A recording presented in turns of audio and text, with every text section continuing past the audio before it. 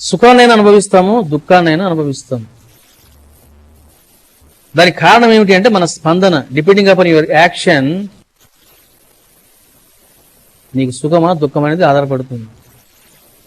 నువ్వు స్పందించలేదు అనుకోండి, నీకు సుఖం లేదు, దుఃఖం లేదు. ఏమి జరిగినా స్పందించకుండా ఉండడమే గురువుకు శరణాగతి చేయడము అని అంటారు. వాడు బాబా నాడు ఉన్నాడు, సరే ఆయన శరణాగతి చేశాడు. మరి మనం ఏమిటి? వాడవోడస్. మరి మనం ఏం చేయాలి? బాబాకి ఏ విధంగా ఉండాలి అని అంటే, ఏమి జరిగినా బాబా నీ సంకల్పమే జరగని, నీ కృపనే జరగని అని వాడు సంతోషపడకూడదు, దుఃఖపడకూడదు. ఇప్పుడు ఉదాహరణకు నీకు ₹1,00,00,000 లాటరీ తగిలింది. ఇంక గంతులు వేయకూడదు, నాకు ₹1,00,00,000 ఇచ్చారు బాబా, నాకు ₹1,00,00,000 ఇచ్చారు అని. ఓకే, బాబా నాకు ₹1,00,00,000 ఇచ్చాడా, దీన్ని ఏం చేద్దాం అని నీవు న్యూట్రల్గా ఉండాల. దీన్ని స్పందన అని అంటారు. లేదు నీ కష్టం తెచ్చిపెట్టాడు, ఎలా ఉండాలి? సరే అంతా నీ సంకల్పమే. చూసారా? అంటే అడుగు అడుగున నీవు ఏ విధంగా ఉంటావు, నువ్వు ఏ విధంగా స్పందిస్తావు అనేది మనకు అడుగు అడుగు మనకు వ్యక్తమవుతూ ఉంటుంది. చూడండి, ఇందాక నేను వస్తున్నాను, స్వామి ఓ 1/2 గంట ఆలస్యంగా రండి అన్నారు. ఏమిటయ్యా కారణము అన్నారు. జనరేటరు అక్కడ ఆగిపోయింది. ఎందుకు? అది కొండెక్కాల, కడప నుంచి వచ్చాము ఇక్కడికి, అది ఒక చోట ఆగిపోయింది. దాన్ని లాగడానికి ఒక లారీ పెట్టారు, ఆ తాళ్ళు తెగిపోయినాయి. ఓ 1/2 గంట ఆలస్యం రండి స్వామి అన్నారు. మీ స్టేజ్ వరకు ప్రాబ్లం లేదు, ఆడియన్స్ మాత్రం కొద్దిగా ఇబ్బంది కలుగుతుంది స్వామి, మీరు వచ్చేయచ్చు అన్నారు. మరి ఇప్పుడు చెప్పండి, నేను ఏ విధంగా స్పందించాలా? బాబా అని బిర్రు చూడాలా? మరి ఆయన ఎలదా? ఈ పని ఎవరిది? నాదా? యజ్ఞం ఆయనది, కథ ఆయనది, బాధ్యత ఆయనది. మధ్యలో నేనెవరిని?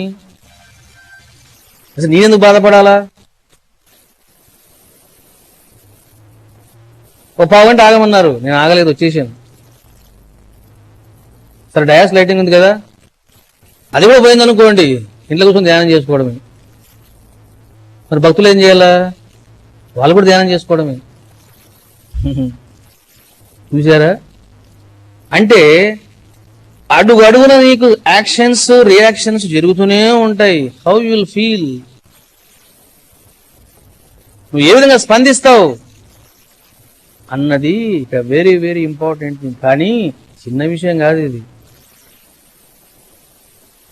సన్నివేశాలు జరిగినప్పుడు మనకు అర్థమవుతుంది. ఎందుకంటే మనస్సు గిలగిలగిలలాడుతూ ఉంటుంది.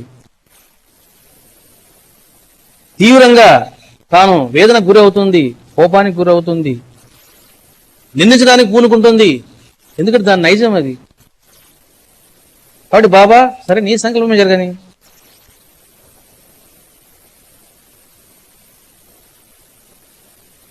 నేను మీకు ఎందుకు చెప్తున్నానంటే, బాబా అడుగడుగున చెక్ చేస్తూ ఉంటాడు, పరీక్షలు పెడుతూ ఉంటాడు. చూడండి, నేను వచ్చాను, ఒక పాట పాడాను, ఈ లోపల అది వచ్చేసింది. అంటే ఎంత టైం పట్టింది? జస్ట్ ఒక పాట అయింది అంతే. అంటే వీడు ఎలా ఫీల్ అవుతాడు, ఈ భక్తులు ఎలా ఫీల్ అవుతారు, ఈ ఆడియన్స్ ఎలా ఫీల్ అవుతారు, చూసారా? ఇవన్నీ ఉంటాయి. మనమేమనుకుంటాం, ఆ జనరేటర్ ఆగిపోయిందంట బాబు అని వాడిని తిడతాం. వాడిని ఏం తిట్టనక్కర్లే. ఎందుకు అంటే ఆయన సూత్రధారి, మనమెవరం పాత్రధారులం. ఉన్నట్టుండి వర్షం పడితే మనం ఏం చేస్తాం? పారిపోతాం అంతే.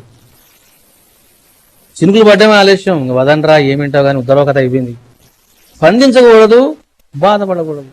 ఇది శరణాగతి అని అంటారు. నీ యొక్క బుద్ధిని, నీ అహంకారాన్ని, నేను నాది అనే ఈ 2 భావాలను ఏం చేయాలంటే గురువుకు అర్పణ చేయాల. దాన్ని శరణాగతి అని అంటారు.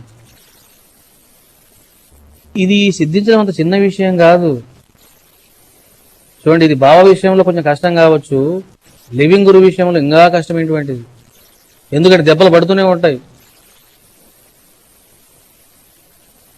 బాబా సజీవంగా లేడనుకోండి, గురువు సజీవంగా లేకపోతే ఏమవుతాయంటే కొంతవరకు బెటర్. గురువు కనుక సజీవంగా ఉన్నాడు అనుకోండి, తిట్లు పడుతుంటే దెబ్బలు పడుతూ ఉంటాయి. ఉండేవాడు ఉంటాడు, పారేవాడు పారిపోతూ ఉంటాడు. ఎందుకంటే ట్రీట్మెంట్ అలా ఉంటుంది.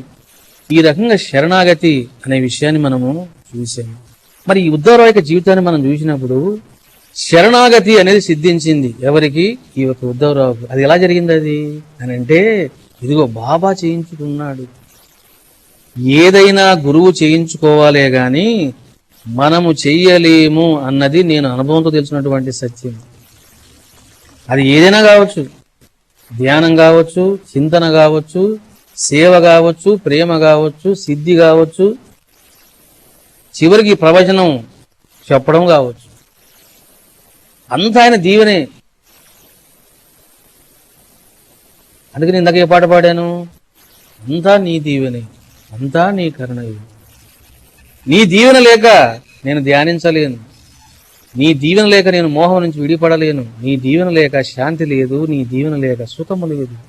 చూసారా? So what the meaning of surrenderness? ఎప్పుడైతే నువ్వు సరెండర్గా ఉంటావో గురువు ఏం చేస్తాడంటే నీ శాంతి భంగం కాకుండా చూస్తాడు ఆయన. ఒకవేళ అశాంతి కలిగే పరిస్థితులున్నా నీవు చెక్కు చెదరని మానసిక స్థితిలో ఉంటావు. దీన్ని కూడా బాబా తయారు చేస్తాడు. ఈ రెండు బాగా అర్థం చేసుకోవాలి మీరు. సాయిని పట్టుకున్నాం కాబట్టి నేను ఎప్పుడు శాంతిగా ఉండాలండి, ఎప్పుడు సుఖంగా ఉండాలండి, ఎప్పుడు ఆరోగ్యంగా ఉండాలని చాలా మంది అనుకుంటూ ఉంటారు. ఇది కూడా భ్రమనే. నువ్వు సుఖంగా ఉన్నప్పుడు సాయి చింతన చేయడం కాదు, నువ్వు బాధలో ఉన్నప్పుడు కూడా నీ బండారం బయటపడతాడు. How you are thinking. ఇక్కడనే మనకు చూడండి రిజల్ట్స్ వస్తాయి. ఎందుకంటే ఆధ్యాత్మిక జీవితం అంటే ఏమిటంటే కత్తి మీద సాము లాంటి చిన్న విషయం కాదు ఇది. కాబట్టి నువ్వు శాంతిగా ఉన్నప్పుడు ఏ విధంగా ఉన్నాడో చూస్తాడు, అశాంతిని కలిగిస్తాడు. వీడు ఎలా ఫీల్ అవుతాడో చూస్తాడు. నీకున్న విశ్వాసం ఏమిటో, నీకున్న సంస్కారం ఏమిటో, నీకున్న సహనం ఏమిటో, ఇవన్నీ చూస్తాడు.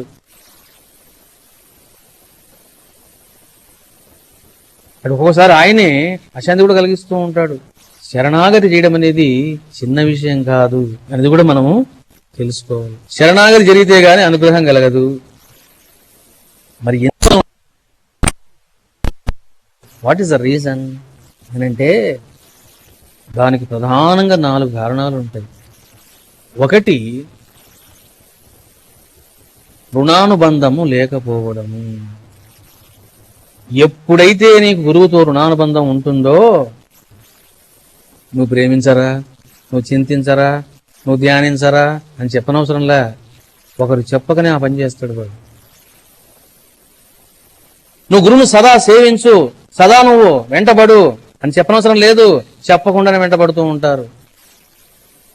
కాబట్టి చెప్పకుండానే శిష్యులు గనక గురువును పట్టుకున్నారు, సేవిస్తున్నారు, చింతన చేస్తూ ఉన్నారు అని అంటే వాళ్ళకందరికీ రుణానుబంధం ఉన్నది అనే విషయం బాగా తెలుసుకోవాలి. ఆ ఫోర్స్ లేదనుకోండి, మనకు రుణానుబంధం లేదనే విషయం అర్థం చేసుకోవాలి. చూడండి, జీసస్ కు మనకు ఏం సంబంధం ఉంది? మొహమ్మద్ ప్రవక్తకు మనకు ఏం సంబంధం ఉంది? బుద్ధుడికి మనకు ఏం సంబంధం ఉంది? There is no relation. వాళ్ళు మహాత్ములు అన్న గౌరవం మనకు ఉండొచ్చు కానీ వాళ్ళ పట్ల మనకైనా ప్రేమ ఉందా? లేదు. చూసారా? ఎందుకు సాయి పట్ల మనకు ప్రేమ కలిగింది? ఇది ఎలా కలిగింది అని అంటే జన్మ జన్మల రుణానుబంధము అనే విషయం బాగా తెలుసుకోవాలి. ఈ రుణానుబంధం ఉండబట్టే మనం ఆయన పాదాలు పట్టుకున్నాం. లేదా ఎక్కడ పట్టుకుంటాం?